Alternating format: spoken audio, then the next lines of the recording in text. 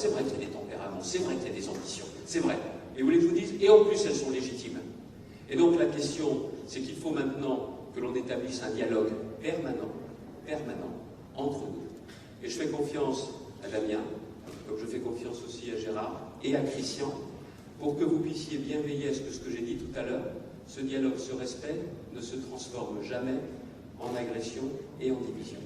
Parce qu'on aura besoin, est-ce que c'est à la fin de l'année, est-ce que c'est début janvier, de se retrouver tous ensemble. Je l'ai dit tout à l'heure, je n'imagine pas gagner cette élection sans soutien, sans l'aide de ma famille politique.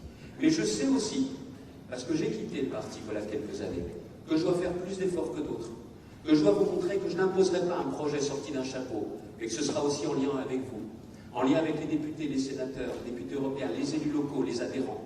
Je sais tout ça. Je sais que je dois convaincre. Mais je sais aussi une chose, c'est qu'à aucun moment, il faudra tomber dans le piège de la division.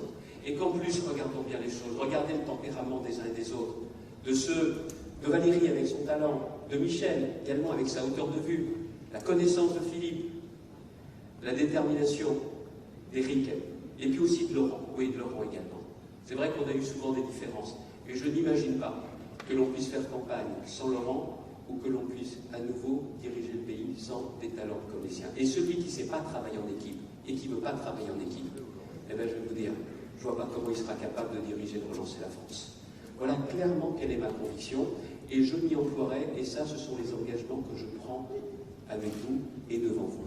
Le projet, le dialogue permanent, également le fait que nous nous retrouverons forcément, et que nous aurons besoin de regarder, pardonnez-moi de le dire comme ça, qui est capable d'incarner l'alternance?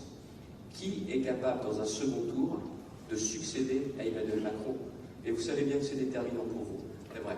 Mais vous savez que c'est déterminant aussi pour un grand nombre de Français. Alors, c'est dans quelques temps, c'est dans quelques semaines, c'est dans quelques mois. Je sais que pendant ce temps-là, les observateurs qui nous observent là, et qui doivent s'ennuyer un petit peu quand même, pour nous sortir tous les jours des candidats dont on ne sait même pas s'ils sont candidats. Ils écrivent n'importe quoi d'ailleurs, pour animer le débat. Mais non, mais les Français, c'est pas ça qui les intéresse. C'est vous, et vous, si vous arrivez aux responsabilités, est-ce qu'on est capable d'être à nouveau en sécurité? Est-ce qu'on est capable de vivre en paix en France et de vivre de son travail? C'est ça qui intéresse les Français. Et je ne me laisserai pas piéger par quoi que ce soit d'autre que l'intérêt du pays et les attentes des Français. C'est ça ma conviction.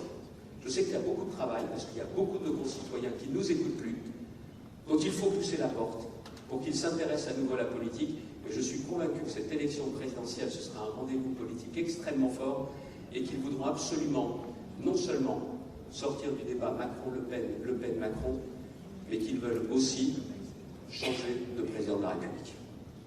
Merci.